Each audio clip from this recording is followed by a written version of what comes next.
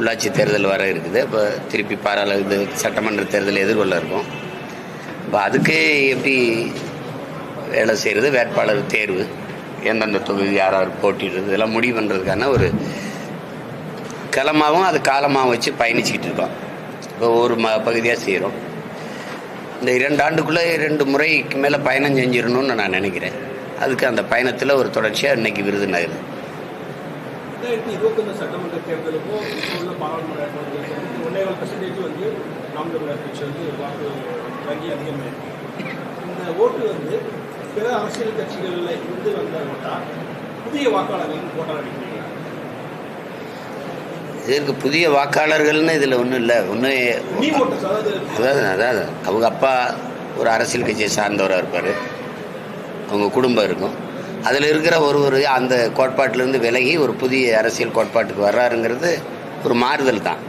புதிய வாக்காளர்கள்னு 36 லட்சம் பேரும் புதுசுன்னு சொல்லிட முடியாதுல்ல. சில பேர் புதிய வாக்காளர்களும் இருக்கிறாங்க, மாற்றத்தை விரும்புகிற வெகுவான மக்களும் இருக்காங்க. 2026 எலெக்ஷன்ல இன்னொரு கட்சி உள்ள வருது. அப்படி வரும்போது புதிய வாக்காளர்களுடைய வாக்கு பிரிவு வந்து எந்த அளவில் இருக்கோ அது அப்படி சொல்ல முடியாது. இது கருத்தியலில் தான் நீங்கள் பார்க்கணும். ஏன்னா இவ்வளோ பெரிய ஆட்சி அதிகாரங்கள் இருந்த கட்சிகளை தாண்டி இங்கே எப்படி கட்டமைக்கப்படுது அரசியல்னு நீங்கள் ஆழ்ந்து பார்க்கணும். இப்போ எங்கள் அண்ணன் தமிழரசன் அவர்கள் இருக்காங்களே, அவங்க சொல்கிறாங்க மது, சாதி, மத, போதை இது 3 வந்து ஒரு புரட்சிகர அரசியலை, ஒரு நல்ல அரசியலை முன்னெடுப்பதற்கான பெரிய தடையாக இருக்குங்கிறாங்க. அதை அழிக்கிற ஒரு கொடும் கருவியாக இருக்குங்கிறாங்க. அந்த மாதிரி இடத்துல நீங்கள் சாதி, மதம், சாராயம், பணம், அதை மீறி திரைக்கவர்ச்சி, இது 5 பொது எதிரிகள் இருக்கிறத நீங்கள் பார்க்குறீங்க. அதுக்கு மேலே ஊடகங்களின் பங்கு வந்து ஊடகம் வந்து ஒரு நல்ல அரசியல் வரணும், ஒரு நல்ல கருத்தியல் கோட்பாட்டை முன்வைக்கிற அரசியல் கட்சி வரணுங்கிற எண்ணம் அது கிடையாது. அவரே காசு எவ்வளோ கொடுக்குறாரு, இவர் முந்துறாரு, இவர் பிந்துறாரும்பாங்க.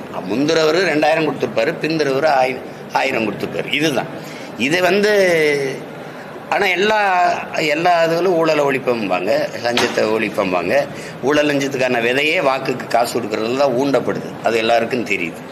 இப்போ அந்த மாதிரி ஒரு நல்ல அரசியலை உருவாக்கணுங்கிற நோக்கம் இந்த காரணிகளுக்கு கிடையாது.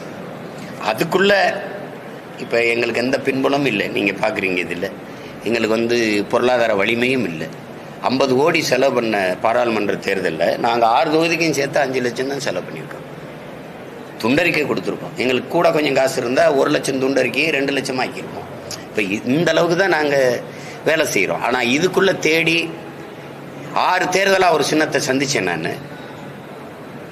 ஒரு சின்னத்தை, அதுக்கு முன்னாடி வேற ஒரு சின்னம் கொடுத்தாங்க, அப்புறம் ஒரு சின்னம் கொடுத்தாங்க. அந்த சின்னத்தை கொண்டு போய் சேர்த்து உங்களுக்கு தெரியும் 1 விழுக்காடு தான் எனக்கு அங்கீகாரத்துக்கு, 7 விழுக்காடு வச்சுருக்கேன்.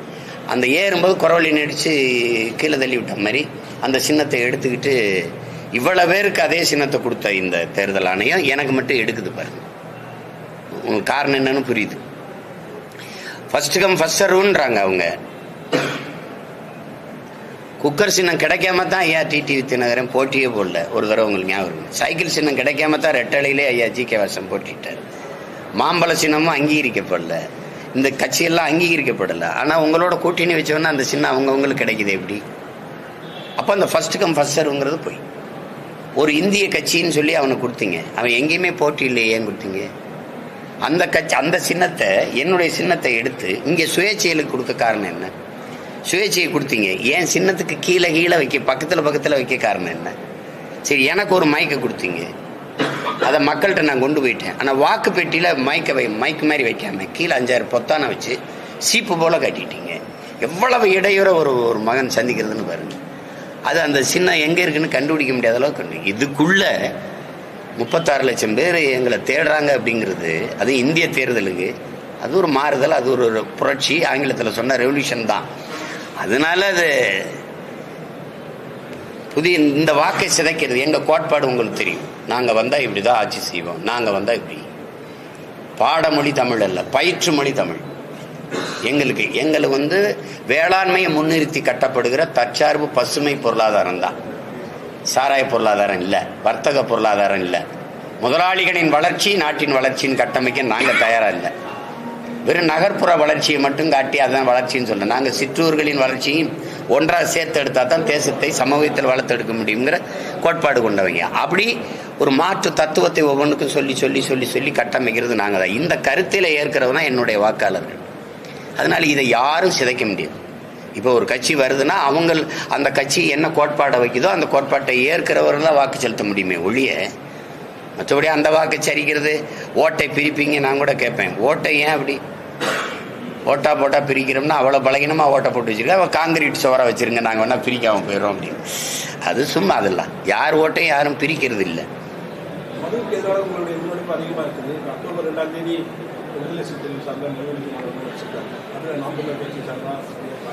அதான் அண்ணன் கூப்பிடல, நாங்கள் பங்கேற்கிறது எங்களுக்கு ஒன்றும் பிரச்சனை இல்லை. அது பங்கேற்போம், அதில் ஒன்றும் இல்லை. அது கேள்வி சில கேள்வி எங்கள் அண்ணன்ட்ட கேட்க வேண்டியது இருக்குல்ல, எங்கள் அண்ணன்ட்டே எங்கள் ஐயாட்டையும். நீங்கள் 2 பேரும் தான் என்னை வளர்த்தீங்க. நாங்கள் உங்கள் 2 பேர் கூட நான் நீண்ட காலம் வேலை செஞ்சுருக்கேன், இருந்திருக்கேன். இந்த அரசியலை எனக்கு கற்பிச்சது யார் உங்களுக்கு தெரிய வாய்ப்பு இல்லை. இவங்க 2 பேர் தான், எங்கள் ஐயாவும் எங்கள் அண்ணன் தான். என் போக்கு திசை மாதிரி இந்த கட்சியிலேருந்து விலகி போகிறது காரணம், இந்த அரசியலை உறுதியாக செய்ய காரணம் என்னுடைய தலைவர். உங்களுக்கு புரியுதுன்னு நினைக்கிறேன். அப்போ 2008 அவரை சந்திக்கிறது வரைக்கும் என்னுடைய அரசியல் வேறு, அப்புறம் அதுக்கப்புறம். ஆனால் இதையெல்லாம் எனக்கு முன்னாடி நான் பேசுகிற அரசியலை பேசி இந்த நிலத்தில் இந்த அரசியலை விதைச்சது யார்? 2 பேரும் தான். எங்கள் ஐயாவுக்கு சாதி வாரி கணக்கெடுப்பு எடுத்து குடிகளின் எண்ணிக்கைக்கு ஏற்ப இடஒதுக்கீடு கொடுக்கணுங்கிறது எங்கள் ஐயா கோட்பாடு. அதுதான் எங்கள் அண்ணனுக்கும்.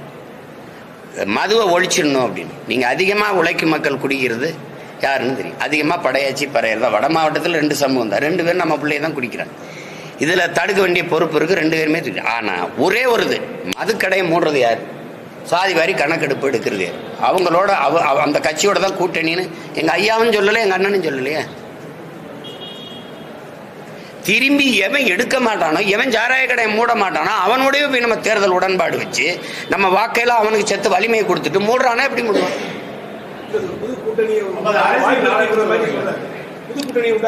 அதே அவ்வளவுலாம் பெரிய வார்த்தை. புது கூட்டணி மதுவுக்கு எதிராக சாதி வாரி கணக்கெடுப்பு எடுக்காதுங்க பாரதிய ஜனதா. அது கோட்பாட்டுக்கு எதிரானது, பொருளாதார அடிப்படைக்கு போயிடுச்சு. உங்களுக்கு இடஒதுக்கீடுங்கிற கோட்பாடே அதே நேருக்கும் அண்ணல் அம்பேத்கருக்கு நடந்த தர்க்கங்களே அறிவார்ந்த பெருமக்கள் நிறைய அறிவிங்க. பொருளாதார அடிப்படையில் இடஒதுக்கீடுங்கிற பேச்சுக்கே இடம் இல்லை. இந்த தெருவில் சீமான் நடக்கக்கூடாதுங்கிறது ஏழைங்கிறது இல்லை. இந்த கோயிலில் நுழையக்கூடாது, இந்த குளத்தில் குளிக்கக்கூடாதுங்கிறது ஏழைங்கிறது இல்லை. நான் இழிமகன், ஈன சாதி, தொட்டா தீட்டு பார்த்தா தீட்டு அப்படிங்கிறதுனால தான். அதனால தானே எதன் பொருட்டு எனக்கு கல்வி, வேலை வாய்ப்பு, அரசியல் அதிகாரம் மறுக்கப்பட்டதோ அதன் பொருட்டே அது எனக்கு கிடைக்க பெறணுங்கிறது கொண்டு வரப்பட்டதான் இந்த இடஒதுக்கீடு, ரிசர்வேஷன், கோட்டா. இப்போ பொருளாதார அடிப்படையில் இடஒதுக்கீடு என்பது அது பொருளாதார அளவுகோல் மாறும். இன்னைக்கு ஏழை சீமான் நாளைக்கு அதானி அம்பானி ஆக முடியும். ஆனால் இந்தியாவின் முதல் குடிமகளாகி ராம்நாத் கோவிந்தும் பிரதிபா இந்த திரௌபதி முர்மு கோயிலுக்குள்ள போக முடியலையா? கோயிலுக்குள்ள போக முடியல. பாராளுமன்ற கட்டடம் திறக்க முதல் குடிமகளை கூப்பிடல. 2வது அத்வானி வீட்டில் போய் ஐயா மோடி சந்திக்கிறார். நீங்க காணொலி இருக்கு. அத்வானி ஐயா நாற்காலியில் உட்கார்ந்துருக்காங்க, மோடி ஐயா உட்கார்ந்துருக்காங்க. நாட்டின் முதல் குடிமகள் பெண்மகள் அந்த ஓரத்தில் அப்படி கை கட்டி நிற்கிறாளா இல்லையா? இந்த நாட்டின் முதல் குடிமகளே நீ அவமானப்படுத்தி நீ தீண்டத்தகவலை அங்கே போய் நிறுத்தி வச்சிருக்க.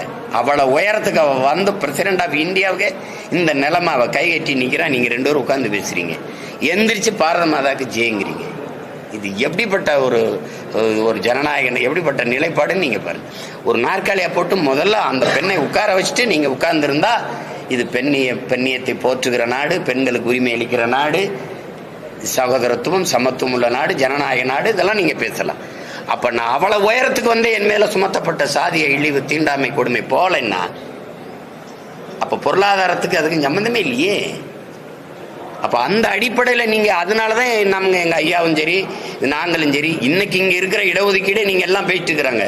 இது ஒற்றை மகன், எங்க ஐயா ஆனமுத்துங்கிற ஒரு மகன் போராடி பெற்றுக் கொடுத்ததுதான் இது எங்களுக்கு. அதை யாரும் இவங்க பேச தயாரா இல்லை. 69 விழுக்காடு இடஒதுக்கீடு மண்டல் கமிஷன் ஒண்ணு இருக்குல்ல, மண்டல் பரிக்குழு, அதை கொண்டு வந்ததே அவர் தான். அந்த ஒரே மகனின் போராட்டம். இந்த அதிகாரங்கள் யாரும் செய்யல, ஒருத்தரும் செய்யல. யாராவது மறுக்க சொல்லுங்க. நீ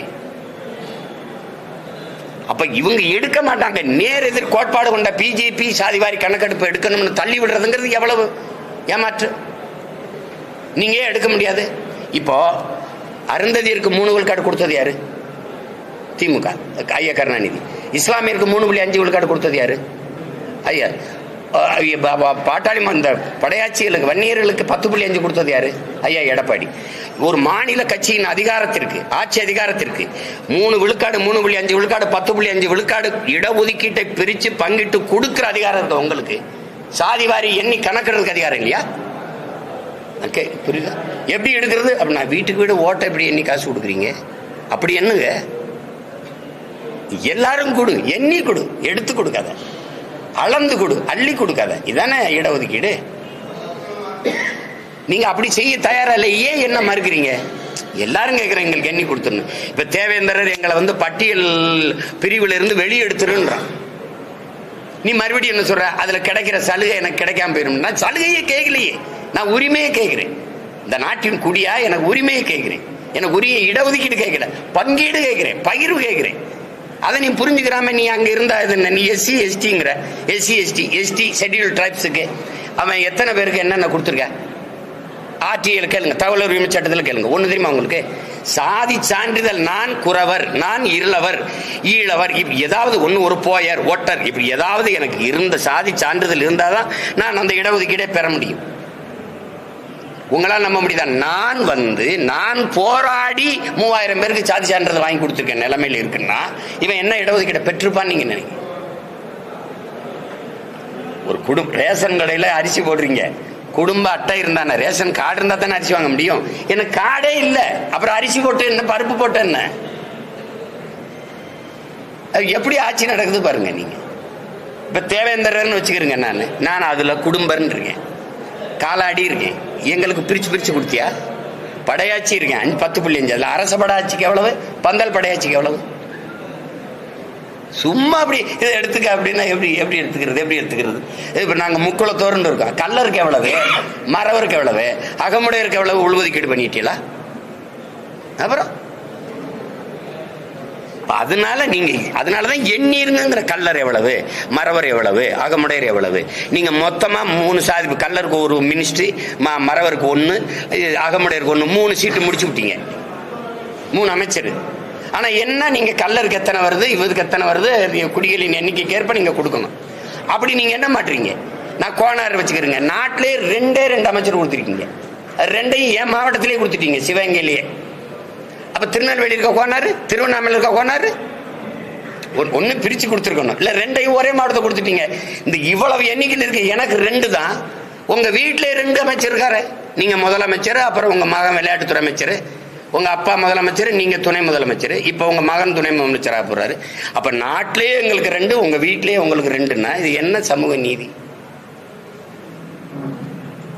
நீங்க யாராவது ஒருத்தர் பதில் சொல்லுங்க எனக்கு. நீங்க கேள்வி கேட்டீங்க,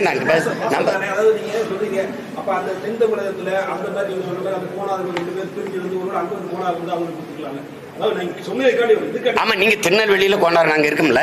இப்ப எங்க மாவட்டத்தில் ஐயா கண்ணப்பன்னு கொடுத்தீங்க, இல்ல ஐயா பிறகு அந்த பெரியார்பன்னு கொடுத்தீங்க. ஒண்ணு கொடுத்துட்டு திருநெல்வேலியில ஒரு கோனார் கொடுத்து விடுங்க, இல்ல திருவண்ணாமலையில கோனார் இருக்காங்க, எங்கால இருக்காங்க, அவனுக்கு ஒண்ணு கொடுத்து விடுங்க. அதிகாரத்தை பரவலாக்கி, நிர்வாகத்தை பரவலாக்கி நீங்க தானே எல்லா இடத்துக்கும் போகும். இங்க ஒரே மாவட்டத்துக்குள்ள 2 அமைச்சரை கொடுத்து விட்டீங்கன்னா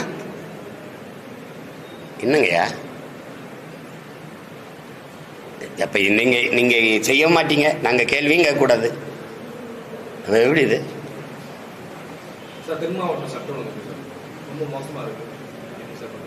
நீங்களே சொல்லிட்டீங்க. இப்ப நீங்க சட்டம் ஒழுங்கு விடுங்க. இப்ப நான் போன தடவை தாத்தா தெய்வ திருமகன் முத்துராமலிங்க தேவர் நினைவிடத்துக்கு வணக்கம் செலுத்த வந்தேன். மொத்தம் 7500 காவலர்களை நிறுத்திருந்தாங்க. அவங்க தான் சொன்னாங்க 7500 பேர் பட்டு ஹைலி ப்ரொடெக்ட் பண்ணிட்டோம் நீங்க. ஆனா என்ன பண்ணீங்க நீங்க? எல்லாம் ஒரு பந்தல் சாலை ஓரத்தில் போட்டு காவலர்களை எல்லாம் நிறுத்தி, உயரதிகாரி இருந்துக்கிட்டீங்க. அந்த சின்ன பிள்ளைய பூரா அந்த வெயில காஞ்சி நின்றுக்கிட்டு இருந்தாங்க, பெண்கள் ஆண்கள் எல்லாம். இப்போ நிற்கிறாங்க, இந்த நேரத்து நின்னாங்க. நிற்கும்போது நாங்க எங்க மக்கள் அடர்த்தியா குவிகிற இடம் இருக்கோ அங்க நீங்க வர்றதே இல்லை, எங்களை கொண்டு விட்டுறீங்க. ஆனா அப்படி உயர்ந்த அதிகாரத்தில் இருக்க உங்களை அப்படி அனுப்புவீங்களா? உங்க முறையா கொண்டு போய் வணங்க விட்டு திருப்பி விட்டுவீங்க, எங்களை விட்டுறீங்க. ஆனா 7500 பேர் அப்ப எதுக்கு? அந்த கூட்டத்துக்குள்ள பிதுங்கி சாங்கடானுங்கிறதுக்கா? பேரன்பு கொண்டு உணர்வு வயப்பட்டு அப்படி எங்களை வந்து அப்போ அவங்க தள்ளி முள்ளி ஒரு இதாக ஆகுதுன்னா அதை யார் பொறுப்பு இருக்கிறது? சீமான் போகும்போது பிரச்சனை, அல்லது டிடிவி ஐயா போகும்போது, அப்போ ஓபிஎஸ் போகும்போதோ, அல்லது எடப்பாடி போகும்போது பார்க்குறீங்க ஒரு பிரச்சனையெல்லாம் வந்து அதுக்கு என்ன மாதிரியான நிர்வாகம் அது? நேற்று அதே தான் தாத்தா இமானுவேல் சேரனுக்கு நாங்கள் போகும்போது நீங்கள் பார்த்தீங்கன்னா 2.5 மணி நேரம் ஒரு 2 கிலோமீட்டர் தூரத்தை நான் கடந்திருக்கேன். ஆனால் 6500 காவலர்களை வச்சிருக்கேன்றீங்க.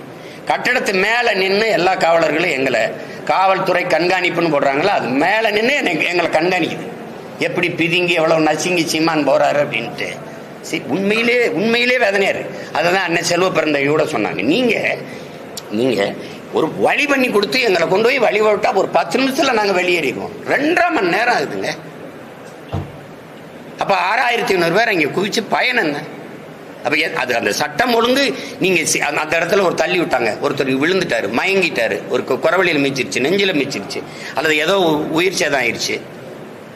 கூட்டத்தில் ஒருத்தர் ஒரு பிளேட்டு கத்தி வச்சு கீறி விட்டாரு, ஒரு கத்தி வச்சு குத்தி விட்டுட்டாரு. யாரு பொறுப்பு? போய் எப்படியோ போங்கடா அப்படின்னா. அப்படி நீங்க போகும்போது, அல்லது உங்க மகனார் ஐயா சின்னவர் அவர் போகும்போது, இல்ல பெரியவர் ஐயா நீங்க போகும்போது இப்படிதான் நிக்க விடுவீங்களா? சட்டம் இருக்கு, ஒழுங்கா இருக்காங்கிறது அது நீங்களே சொல்றீங்க மோசமா இருக்குன்னு. நான் அதுக்கு கூட ஒரு வார்த்தை சேர்த்துக்கிறேன், ரொம்ப மோசம் இருக்கு. வேற என்ன சொல்றதுக்கு? சமூக நீதி நான் கிருமியில அதை முடிச்சுக்கிறேன். இப்ப எங்க ஐயாட்டே எனக்கு வந்து இது ஒன்றும் வரல, வருத்தம். எங்க ஐயா மேலே எங்க அண்ணன் மேலே எனக்கு வருத்தம். அதை வந்து நீங்க என்ன செய்ய, வாடாடே இவங்க எல்லாம் வேணாம்டா, நம்ம வந்து இந்த மதுவை ஒழிக்கிற பய, இந்த சாதி வாரி கணக்கெடுக்க எடுக்கிற நம்மளா சேர்ந்து ஒரு கூட்டணி வைப்போம், அவ்வளவுதானே. யார் சொல்லியிருக்கா? வரலையே, நான் தான் கூப்பிடுறேன் எங்க அண்ணனை, வாங்கினேன் நம்ம ஒண்ணு செய்யும், இவங்களும் சரி வர மாட்டாங்க. இப்ப அதிமுகவே எங்க அண்ணன் கூப்பிடுறாருல, எங்க அண்ணன் கூப்பிடுறாரு, அதை சரி நான் வரவே இருக்கிறேன். அதிமுக எல்லா கட்சியும் வரனாங்க, ஜனநாயக ஆற்றல்னா பிஜேபி வராது, அது மதவாத ஆற்றல்னு எங்க அண்ணன் சொல்றாரு. இது மதுவாத ஆற்றல், அவ்வளவுதானே.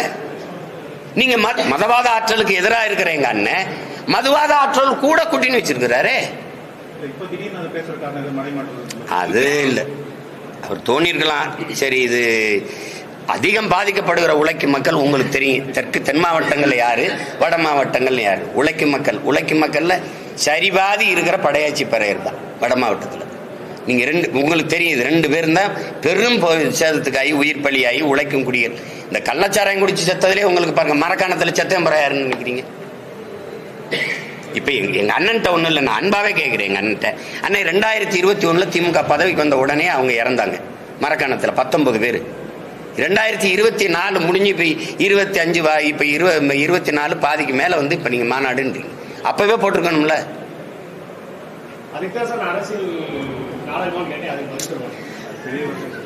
அது அவ்வளவுலாம் சொல்லாதீங்க, ஏன் நாடகம், அதே அவ்வளவுலாம் சொல்லாதீங்க. சொல்றேன், எங்க அண்ணன் வந்து இந்த முடிவை காலம் தாழ்த்திட்டாருன்ற, காலம் தாழ்த்தி எடுக்கிறாரு, அது கஷ்டமா இருக்குன்ற.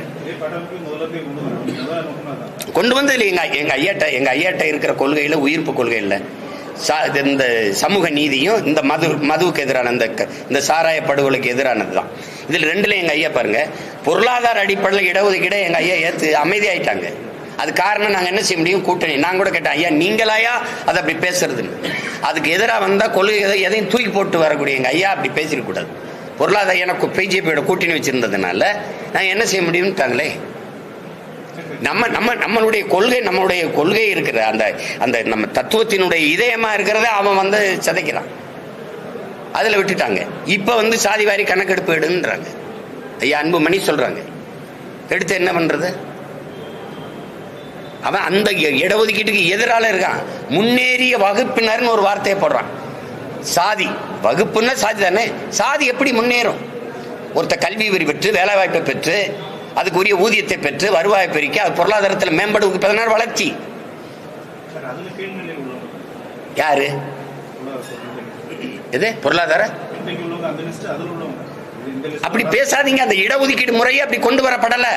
பொருளாதார அடிப்படையில் முன்னேறிய சாதி ஏன் சொல்ற? நீ யார்? நீ அப்படி சொல்ல? நீ உச்சாணி கொம்புல இருந்துக்கிறவா, நான் ஏறி வந்து ஊட்டி விடணுமா? இறங்கி வாடா, கிளைக்கு வாடா, அடிமரத்து வாடா, வேருக்கு வாடா, கீழே வா. நான் எஃப்சியா தான் இருப்பேன். நான் பிசி எம்பிசிக்கெல்லாம் வரமாட்டேன். நாங்க most backward OBC other backward கம்யூனிட்டியில் நாங்க இருப்போம். அப்ப சரி, மற்ற மாநிலங்கள் எல்லாம் எங்களுக்கு ஏதாவது இருக்குதா? அதர் பேக்வேர்டு எங்களுக்கு ஏதாவது இருக்குதா? சொல்லுங்க, எங்களுக்கு ஏதாவது இருக்குதா? இதே எஸ்சி எஸ்டியில் எங்களை எந்த மாநிலமாவது வச்சிருக்கா? 1.25 கோடி கர்நாடகாவில் இருக்கோம் நாங்க. எங்களுக்கு எஸ்சி எங்களுக்கு இருக்கா? 36 லட்சம். நீங்க இங்க இருக்கிற எண்ணிக்கை விடுங்க, பிறகு நாங்க 36 லட்சம் மகாராஷ்டிராவில் இருக்கோம். எங்களுக்கு என்ன கொடுத்துருக்க? நாங்க ஓபிசி அதர் பேக்வேர்டு. எங்களுக்கு என்ன கொடுத்துருக்க? ஒரு இடம், ஒரு எது? ஒண்ணு இல்லையே. பொருளாதார அடிப்படையை பேசவே பேசாதீங்க நீங்க. பொருளாதார அடிப்படையில் நீ பொருளாதாரத்தில் பின்தங்கி வேணா அது கிடையவே கிடையாது. அப்புறம் நீ சாதி வகுப்புல முன்னேறிட்டேன்னா சாதியை ஏற்றதாழ்வுகளற்ற சமத்துவ சமூகம் படைக்கணுங்கிறது தானே இதை கொண்டு வரிய. நீ முன்னேறிய சாதினா அவன் கொம்ப வச்சு குத்திக்கிட்டே இருக்க மாட்டானா? நான் எஸ்சி, நான் உயர்ந்த சாதியாவே இருப்பேன், எனக்கு எல்லாம் கிடைச்சிரும்னா அப்புறம் எப்படி சாதி வேறுபாடற்ற சமத்துவம் உருவாகும்? இதுக்கு பதில் இருக்கா உங்ககிட்ட? சாதியை ஏற்றதாழ்வுகளற்ற சமத்துவம் இப்படி உருவாகும். அண்ணல் அம்பேத்கர் சொல்றது, சாதியை ஏற்றதாழ்வுகளை வைத்துக் கொண்டு சமூக முன்னேற்றம் மேம்பாடு என்று பேசுவது மலக்குழியின் மேலே போடுகிற மல்லிகை பந்தலுக்கு சமம்ங்கிறார். சாக்கடையின் மேலே நீ போடுற சந்தன மாலைக்கு சமம்டாங்கிறார். இதுக்கு பதில் இருக்கா? அப்புறம் எப்படி நீ ஏற்றதாழ்வை ஒழிப்ப? நான் உயர்ந்தவனாவே இருப்பேன், எனக்கு எல்லாம் கிடைச்சிரும் அப்படின்னா நான் கீழே கிடைக்கிறவன் கீழே தான் இருக்கணும். நான் மேலே ஏறி வந்து என்ன பயன் இருக்குது? எப்படி வர முடியும்? கிரிமி லேயருங்கிறத எப்படி நீங்க ஏற்கிறீங்க? கிரிமி லேயர் இப்ப எங்க அப்பா படிச்சுட்டாரு, இடஒதுக்கீட்டுல படிச்சுட்டாரு, ஐஏஎஸ். திடீர்னு இறந்துட்டாரு, அப்பா ஐஏஎஸ் ஆயிட்டாரு, அதனால எனக்கு இடஒதுக்கீடு இல்லைன்னா, இத்தனை ஆயிரம் ஆண்டுகளா கல்வி மறுக்கப்பட்ட சமூகத்துல நான் பிறந்த அரணியூர்ல 5வது பட்டதாரி நான். அப்படின்னா எங்க கிராமத்துக்கு கல்வி எப்பவும் சரி, எங்க அப்பாவுக்கு மட்டும்தான் கையெழுத்து போட தெரியும். எங்க குடும்பத்துல எங்க அம்மாவுக்கு நாங்க வந்து கற்பிச்சோம். இப்ப நானும் நீனும் ஒன்னா கிருமி லேயர்னா எனக்கு வேலை வாய்ப்பு கிடைச்சிருச்சு அப்படின்னா எங்க ஐயா இளையராஜா பையனுக்கு இடஒதுக்கீடு கூடாதா? சொல்லுங்க. எங்க அப்பா பாரதி ராஜா பையனுக்கு இடஒதுக்கீடு கூடாது, என் தம்பி மனோஜுக்கு அவன் பிள்ளைகளும் இருக்கக்கூடாது. உங்க அப்பா நல்லா முன்னேறிட்டாரு இப்படியா? அப்புறம் இங்க பொருளாதாரம் நீங்க இதை சாதி முன்னேறிடுச்ச உனக்கு அப்புறம் அதுக்கு இடஒதுக்கீடு உனக்கு அதுக்கு நீங்க கேட்கிற? திடீர்னு எங்க அப்பா விபத்துல இறந்துட்டாரு, அப்புறம் நான் திறன் அடிப்படையில் தான் போட்டிட்டு வரணும்னா எத்தனை ஆயிரம் ஆண்டுகளா எனக்கு கல்வியே வரலையே, இப்பதான் நான் படிக்கவே ஆரம்பிக்கிறேன். அதுல கிருமி லேயர் இதுக்குள்ள கொண்டு வா அதுக்குள்ள கொண்டு வா, இது எப்படி இருக்கிறது? சமமான கல்வி இருக்கா? நகர்ப்புறத்தில் இருக்க கல்வி, கிராம சிற்றூர்கள் இருக்கா? விருதுநகர் ராஜபாளையத்தில் நீங்க படிக்கிற கல்வி சென்னையில் இருக்கிற கல்விக்கும் ஒன்று சமமா இருக்கா? கேந்திர வித்தலையா, நவோதயா, சிபிஎஸ்சி பாடத்திட்டம் உங்ககிட்ட இருக்கா? நான் கேட்கறதுக்கு பதில் சொல்லுங்க ஐயா. முதல் தர ஏ கிரேட் ஆசிரியரை எங்க பணியமர்த்துறீங்க? சி கிரேட் ஆசிரியரை எங்க பணியமர்த்துறீங்க? உங்க நாடு சொல்றது ஸ்மார்ட் சிட்டி, ஸ்மார்ட் வில்லேஜ் இருக்கா?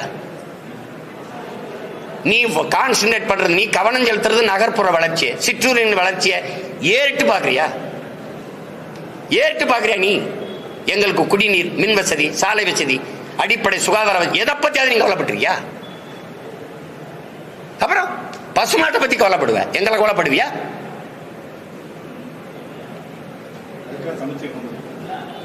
சமச்சீர் அதையும் திரும்பி திரும்பி சொல்றீங்க. நான் கேட்ட கேள்வியில் பாருங்க, ஆசிரியரே சமமா பணியமர்த்தப்படல. பல பள்ளிக்கூடங்களில் விளையாட்டு திடல் இருக்கு, கழிவறை இருக்கு, பலகை இருக்கு எழுதி படிக்க.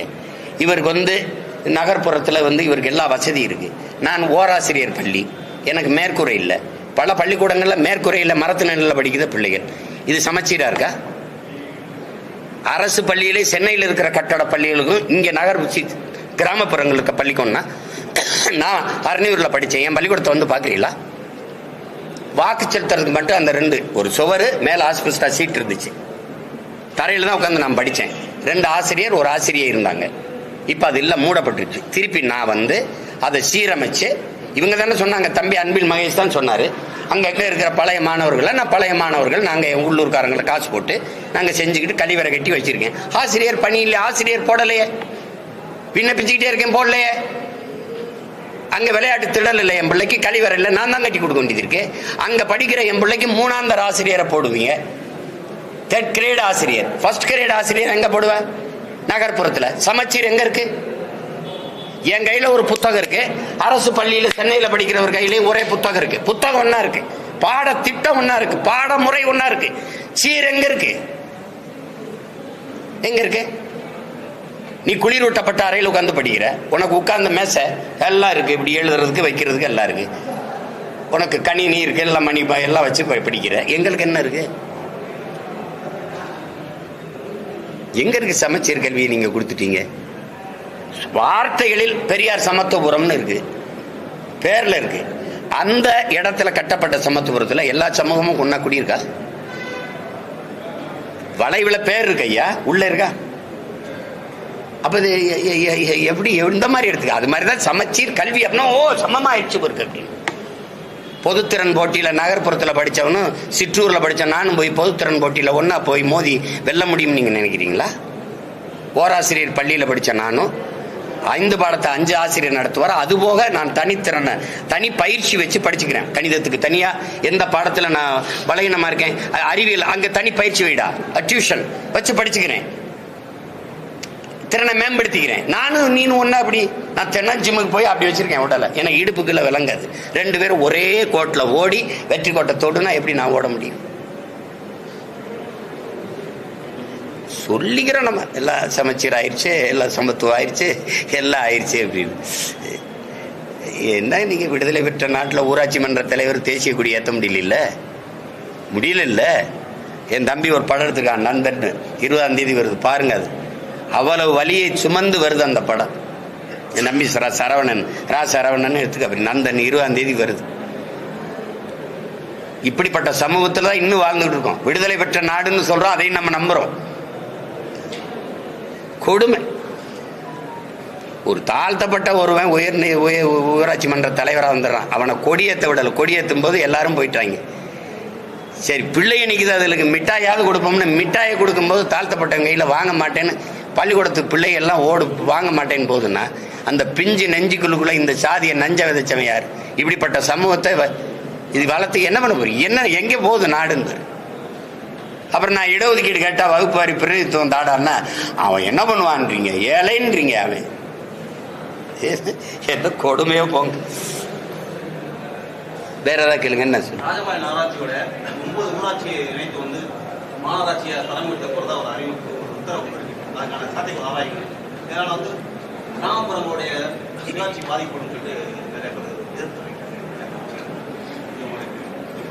எனக்கு ஒன்றும் இல்லை. எனக்கு இந்த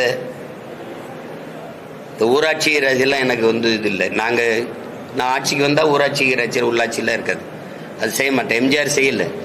எனக்கு ஒரு கோட்பாடு இருக்குது, நான் பார்க்குறேன். நான் அங்கே இருந்து வளர்ந்து வந்ததுனால என் மக்களை வந்து ஓர்மைப்படுத்த விடாமல் சிற்றூர்களில் சாதிய வன்மத்தை ஏற்படுத்தி அதை பிரித்து போட்டு ஒரு தாய் பிள்ளைகளாக வாழுகிற சமூகங்களை கூறு போடுறதுல இது ஒரு பெரிய பங்கை வகுக்குதுன்னு நான் நினைக்கிறேன். நானே வேறு வரைக்கும் தண்ணி ஊற்றும் போது அங்கே ஒரு வேலைக்காரன் தேவையில்லைன்னு நினைக்கிறேன். நான் நல்லாட்சி கொடுக்கும்போது அங்கே இதுக்கு ஒரு உள்ளாட்சி, மாவட்ட ஆட்சியர் வட்டாட்சியர்லாம் என்ன பண்ணுறாரு? நான் ஒரு நலத்திட்டம் போடுறேன்னா அதை செயல்படுத்துறதுக்கு தானே அந்த மாவட்ட ஆட்சியர் வட்டாட்சியர் வச்சுருக்கேன். இவ்வளோ அதிகாரி இருக்கான். அப்புறம் அங்கே கவுன்சிலராக இருக்க என்ன அப்படியே கரபடியாத கை காந்தியின் வாரிசுகளா இல்லை காமராஜின் பேரங்களா? சொல்லுங்கள், என்ன பண்ணுறீங்க நீங்கள்? சொல்லுங்கள் தம்பி, என்ன நடக்குதுன்னு சொல்லுங்க. அதை விட வேலை என்ன இருக்கு? நான் வந்தவது பார்க்காம இருக்க சொல்லுங்க பார்ப்போம்.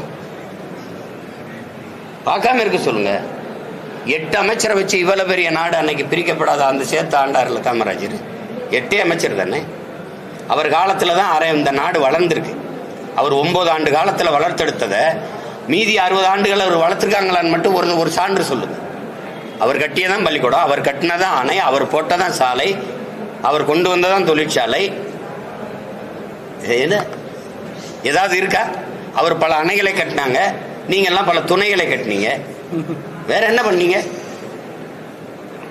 மாதாவரத்தில் ஒரு பால் பண்ணையை கொண்டு வந்தார், ஒரு பால் பண்ணை பால் பண்ணை தயாரிக்கிறதுக்கு இதை கொண்டு வந்தார். நான் அதை அரசு பணியாக மாற்றுவேன்னா சிரிக்கிறீங்க. அவர் கொண்டு வரும்போது அந்த பண்ணையில் வேலை செஞ்சவெல்லாம் யாரு? அது அரசு பணி தானே. அதை ஏன் மூணு ஆவின் பால் விற்கிற? எங்க மாட்டுப்பால் விற்கிறீல்ல, மாடங்க பதில் வச்சிருக்கீல்ல? ரேஷன்ல அரிசி போடுவியா? விவசாயம் எங்க இருந்து அரிசி வருதுன்னு கேளுங்க. என்கிட்ட கேள்வி வைக்கிறீங்கல்ல, ரேஷன்ல அரிசி போடுறீங்களா, அந்த அரிசி எங்க இருந்து வருதுன்னு கேளுங்க. நீங்க சாராய போத்தல்களை, இந்த டாஸ்மார்க் சரக்கை பாதுகாக்கிற குடோன் எப்படி, சிற்றூர்களை விளைய வைக்கிற வேளாண் பெருங்குடி மக்கள் செய்கிற அத்தியாவசிய உணவுப் பொருளை வாங்கி சேமிப்பு கிடங்கள் வைக்க நீங்கள் எத்தனை சேமிப்பு கிடங்கு வச்சுருக்கீங்க? நீங்கள் பார்க்குறீங்களா இல்லை? தெருவில் போட்டு அப்படியே மேலே தார்பாயை போட்டு மூடி மழை பெஞ்சவனா முளைச்சி நாசமாகிறத நீங்கள் பார்க்குறீங்களா இல்லை? அப்போ உலகத்துக்கு சோறு போட உழவர்குடியின் மதிப்புக்கு நீ உழைப்புக்கு நீ இவ்வளோ தான் மதிப்பு கொடுக்குற. அப்புறம் அது வெட்டி பேச்சு. வேற ஏதாவது கேளுங்க.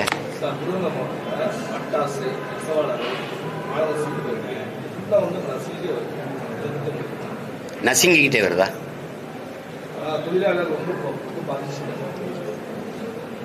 ஏகப்பட்ட கட்டுப்பாடுகள் போடுறாங்க. கட்டுப்பாடுகள் வந்து யதார்த்தத்துக்கு வர பேண்டேஜ் தயாரிக்கிறாங்க.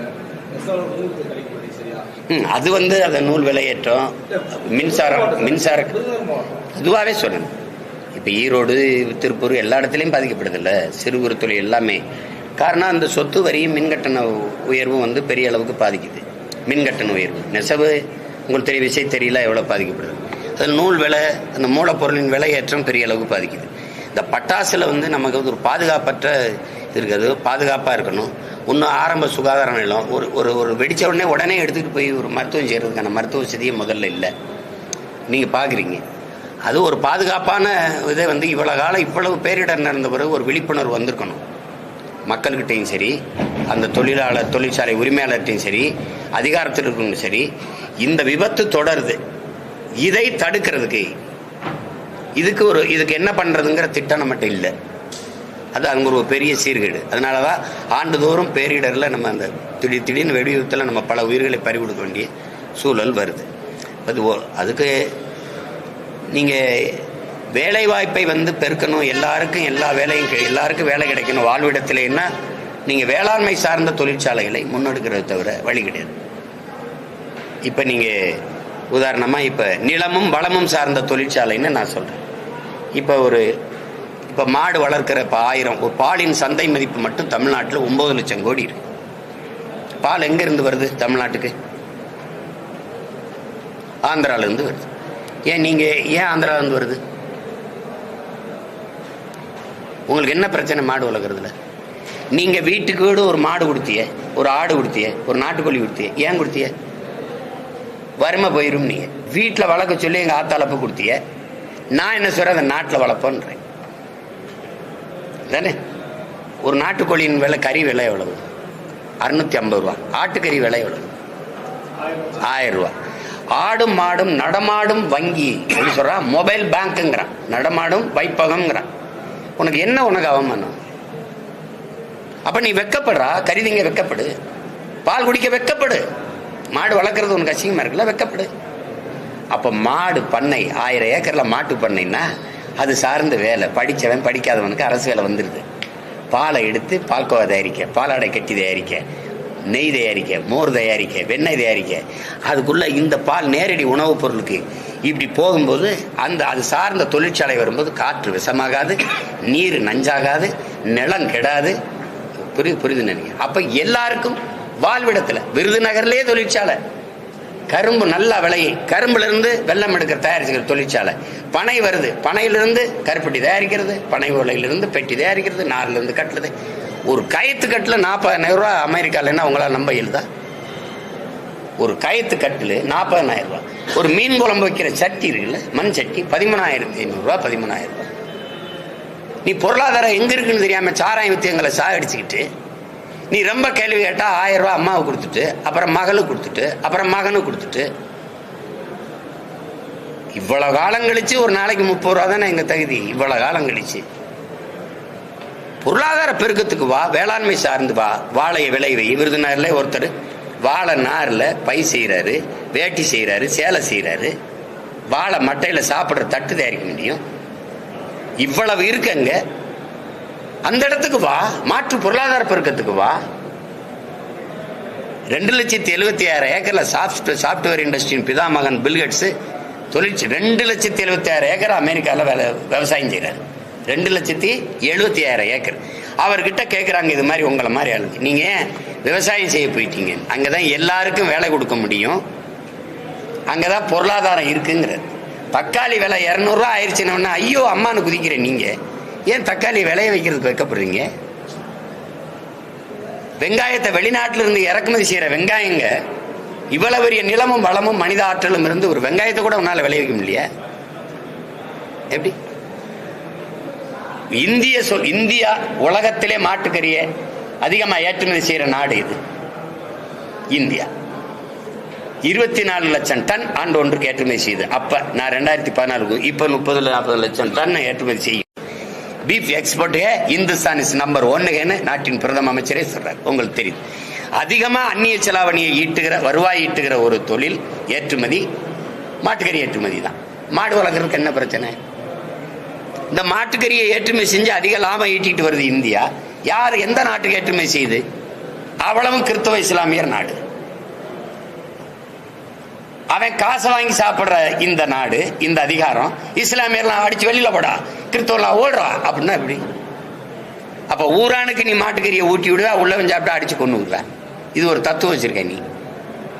பாலின் சந்தை பொருளாம் பிரேசில் நம்பர் 1 இருந்தது, முதலிடத்துல இருந்தது பால் ஏற்றுமதியில. இப்ப பிரேசிலையும் முந்திக்கிட்டு இந்த இந்தியா வருதுன்னு சொல்றாரு. டைரி டேல பிரதமர் பேசுனது இருக்கு. பால்ல மிகப்பெரிய பொருளாதாரம் இருக்கு. இப்படியே பேசுறது. இந்த மாதிரி மிகப்பெரிய பொருளாதாரம் இருக்கு. பால் வித்தாலே நம்ம பொருளாதாரத்துல தற்சார்பு அடையலாம். ஏன் பால் விற்கல? ஏன் மாடு வளர்க்கல? உனக்கு என்ன பிரச்சனை? எப்படி மேய்ச்சல் நிலத்தை நான் உருவாக்குவேன். 21 லட்சம் ஏக்கர் விளைநிலங்களை உருவாக்க போறேன்னு அம்மா ஜெயலலிதா சட்டசபையில பேசுனது இருக்கு. இப்ப கேட்டிருக்கீங்களா? நான் அனுப்பட்டா அது அப்படியே எப்படி சாதாரணமா கடந்து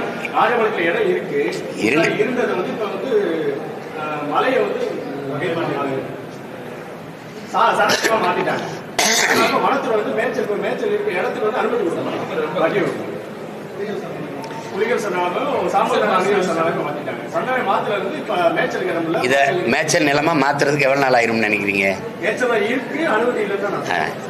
மேய்ச்சல் நிலம் இருக்கு, மேய்ச்சல் நிலம் உருவாக்கப்படும், அனுமதி தரப்படும். ஒரு 17 மாசம் பொறுத்துருங்க. எல்லாம் சரி பண்றேன். You don't worry, be happy.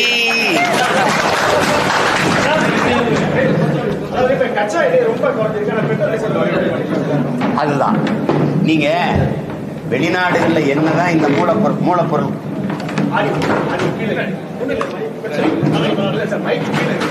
இல்ல நீங்க என்னதான் மூலப்பொருள் குறைஞ்சாலும் இப்ப நம்மளை விட சின்ன சின்ன நாடுகள்ல பெட்ரோல் டீசல் விலை குறைவா இருக்குங்கிறது ஒத்துக்கிறீங்களா? ஒத்துக்கிறீங்க. நமக்கு என்ன பிரச்சனையா? நம்ம ஏற்றுக்கொண்ட பொருளாதார கொள்கையில் நமக்கு இருக்கிற சிக்கல் என்னன்னா, இந்த மூலப்பொருளின் விலை குறைஞ்சாலும் கூட இங்க குறையாத காரணம் எண்ணெய் நிறுவனங்கிற விலையை தீர்மானிச்சு கொள்ளலாம்னு நம்ம ஒரு ஒப்பந்தம் போட்டோம் பாத்தீங்களா? அதனாலதான் இது குறைக்க முடியல, ஒரு சீருக்கு கொண்டு வர முடியல. அவனுக்கு ஜிஎஸ்டியும் போட மாட்டீங்க நீங்க. ஏன்னா அது அம்பானிட்டு இருக்கு, இது அதானிக்கிட்டு இருக்கு. சரக்கு மற்றும் சேவை வரின்னு பேர் அதுக்கு. ஆனா சரக்குக்கு மட்டும் இல்லை வரி. அப்ப இது யாரு? முதலாளிகளுக்கான நீங்க பொருளாதார கொள்கையை வகுக்கும் போது, அவங்க லாப தேவைக்கான திட்டங்களை, சட்ட வரைவுகளை கொண்டு வரும்போது இது பாதிக்கப்படுது. அதுதான் பிரச்சனை. அவன் மூலப்பொருளை ரொம்ப குறைச்சாலும் இவன் அதே விலையில வச்சிருக்கிறது காரணம் அதுதான். அவன் குறையும்போது இவன் குறைக்கணும்ல, அவன் குறைக்க மாட்டான். ஏன்னா இது முதலாளியின் லாபத்துக்கு உருவாக்கப்பட்ட பொருளாதார கொள்கை. அதான் பிரச்சனை. அது என் கட்டுப்பாட்டில் இருந்துச்சுன்னு வச்சுக்க, அரசின் கட்டுப்பாட்டில் இருந்ததுன்னா மக்களை பாதிக்குதுன்னு நான் பதறுவேன், குறைப்பேன். அப்படி இல்லையே. நீங்க ஒரு சொத்து வரியை கூட்டிட்டீங்க, மின்கட்டணத்தை கூட்டிட்டீங்க, 1000 ரூபா கொடுத்து நான் என்ன பண்றது? இப்போ ஒரு கடை வாடகைக்கு எடுத்திருக்கேன், நான் வாடகை வீட்டில் குடியிருக்கேனே வச்சுக்கிருவோம். இந்த சொத்து வரி வாடகை வீட்டுக்காரரு சொத்து வரி கட்ட அவர் கையில இருந்து போட்டு கட்டுவார், அந்த வாடகையை கூட்டி கட்டுவார், வாடகை உயர்த்தி கட்டுவார். இப்ப மின் கட்டணம் உயர்ந்துருது. மின் கட்டணம் உயர்வு, வாடகை இதெல்லாம் சேரும்போது அத்தியாவசிய பொருள் எரிகாற்று ஊர்ல இப்ப நீங்க சிலிண்டர் விலை ஏறிடுது, பெட்ரோல் டீசல் விலை ஏறிடுது. இதெல்லாம் ஏறும்போது என்ன ஆயிருதுன்னா அத்தியாவசிய பொருள்கள் எல்லாம் விலை ஏறிடுது. இப்ப இங்க விருதுநகர்ல விளையிற கத்திரிக்காய் வெண்டைக்காய் சந்தைக்கு கூட்டிட்டு வரும்போது பாறை உந்து இந்த லாரி வாடகை, அதனுடைய வாடகை, அவனுடைய பெட்ரோல் டீசல், அதுக்கு டோல் கட்டுறான் பாருங்க, அந்த வாடகை, இந்த செலவெல்லாம் சேர்த்து தக்காளி கத்திரிக்காய் பருப்பு எண்ணெயில ஏறிடுது. அங்க வரும்போது 20 ரூபா தக்காளி 40 ரூபாய் ஆயிருது. அதனால மக்கள் வாழ முடியாத நெருக்கடிக்கு ஆளாக்கப்படுறாங்க. இதெல்லாம் சரி செய்யணும். ஒரே வழிதான், என்னை ஜெயிக்க வச்சிருங்க, போயிட்டு வரேன்.